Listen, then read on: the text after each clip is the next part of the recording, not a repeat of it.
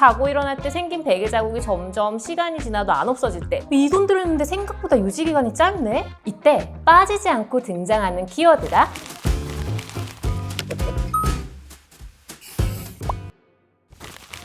네, 안녕하세요. 피부과 전문의 더스킨 피부과 대표원장 강민정입니다. 여러분, 피부과 시술 아직 안 받아보신 분들은 계셔도 한 번만 받아보신 분들은 없을 것 같은데요. 그런데 이런 피부과 시술 한 번 받을 때마다 비용 너무 비싸죠. 그리고 시간도 부담스럽고요. 울세라, 써마지, 주베루 받고 나면 확실히 피부가 좋아진 것 같은데 문제는 그 다음입니다. 처음에는 피부가 탱탱해 보이고 결도 매끄러워진 것 같은데 시간이 지나면 어느 순간 다시 똑같아진 것 같은데? 이 돈 들였는데 생각보다 유지기간이 짧네? 다음 시술 또 받아야 되나? 이런 생각을 하고 있는 나를 발견하면 현타가 세게 옵니다. 피부과 시술이 피부에 좋은 자극을 주고 변화의 초석을 만들어주는 역할을 한다면 그 이후 피부가 그 상태를 잘 유지하도록 피부를 받쳐주는 일상 속 루틴이 필수적이죠. 그래서 오늘은 내 피부를 위한 투자, 시술 효과를 보다 더 오랫동안 유지하기 위한 꿀팁을 소개해 드리도록 하겠습니다. 피부 시술을 받고 나면 많은 분들이 관리가 끝나고 드라마틱한 변화가 영원히 지속될 거라고 생각을 하시는데요. 하지만 시술은 자체로 변화의 종착점이 아니라 우리 피부 컨디션을 다시 끌어올리는 시작점에 가깝습니다. 피부는 크게 표피, 진피, 피하 지방층으로 나눌 수 있는데요. 우리가 흔히 말하는 피부 탄력, 밀도, 탱탱함과 깊게 관련된 부위가 바로 이 진피층입니다. 이 진피층을 구성하는 핵심 성분 중 하나가 콜라겐인 거죠. 진피층의 90%를 이루고 있는 콜라겐은 마치 침대 매트리스의 스프링이나 건물의 철근처럼 피부가 쉽게 꺼지지 않도록 구조를 받쳐주는 중요한 역할을 하게 되죠. 우리가 리프팅 시술로 흔히 알고 있는 써마지, 리쥬란 같은 시술 역시 이 진피층을 자극해서 새로운 콜라겐이 수축되고 합성되고 생성할 수 있도록 하는 역할을 합니다. 그 이후에는 피부가 회복하고 컨디션을 유지할 수 있도록 보습, 자외선 차단, 그리고 충분한 수면, 영양 관리가 함께 따라와줘야 합니다. 이때 빠지지 않고 등장하는 키워드가 바로 앞서 말씀드린 콜라겐입니다.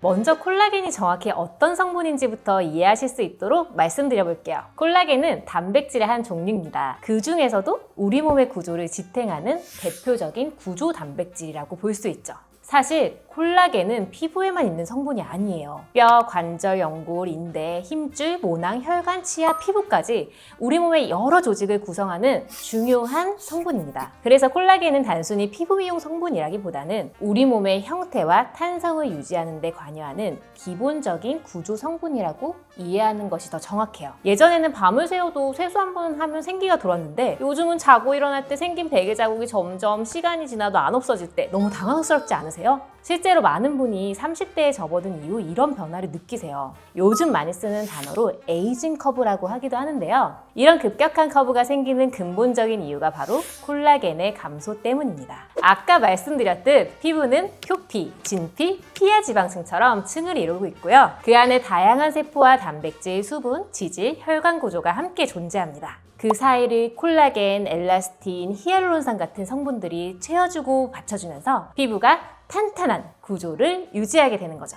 피부를 구성하는 핵심 구조 성분인 콜라겐을 이해하고 콜라겐을 챙기는 습관을 갖는 것은 시간의 흐름 속에서도 내 피부의 탄탄한 밸런스를 잡는 섬세한 자기관리의 시작이라고 할 수 있죠. 일단 무조건 많이 먹으면 되는 거 아니야? 라는 생각에 콜라겐 함량이 높은 것만 보시는 분들이 많은 것 같아요. 혹은 거기서 조금 더 한 단계 지식을 가지고 계신 분들은 달톤을 찾는 경우가 있어요. 이 달톤이란 분자의 크기를 나타내는 단위인데요. 사실 300달톤 이하의 콜라겐은 모두 저분자라고 할 수 있는데요. 무조건 분자 크기가 작다고 해서 좋은 건 아니죠. 왜냐하면 실제 우리 몸에서 흡수가 잘 되는 조건은 따로 있기 때문입니다. 따라서 콜라겐을 선택할 때는 우리 몸의 흡수가 잘 되는 조건인지를 꼭 확인하시는 게 중요해요. 즉, 중요한 것은 어떤 형태와 구조로 들어있느냐라는 거죠. 쉽게 말씀드리면 건물을 지을 때에도 철근이나 콘크리트가 무조건 많이 들어갔다고 해서 튼튼한 게 아니잖아요. 어떤 규격과 설계로 배치가 되어 있는 게 중요한 거죠. 콜라겐도 마찬가지예요. 단순히 많은 양을 먹는 것보다는 피부 속 콜라겐과 관련된 배열을 가지고 있는지, 우리 몸이 콜라겐 유래 성분으로 인식할 수 있는 형태인지가 중요합니다. 콜라겐은 GXY, 3개의 특정 아미노산이 반복되는 구조입니다. 이 중 가장 많은 차지를 하고 있는 게 글리신, 프롤린, 하이드록시프롤린 같은 아미노산이 중요한 비중을 차지하고 있죠. 그렇기 때문에 콜라겐 제품을 고를 때 단순히 얼마나 많이 들어있느냐, 얼마나 작게 쪼개져 있느냐 보다는 GPH와 같이 우리 몸에서 흡수하기 쉬운 우리 몸과 닮은 구조를 가진 콜라겐이냐를 보는 것이 중요합니다.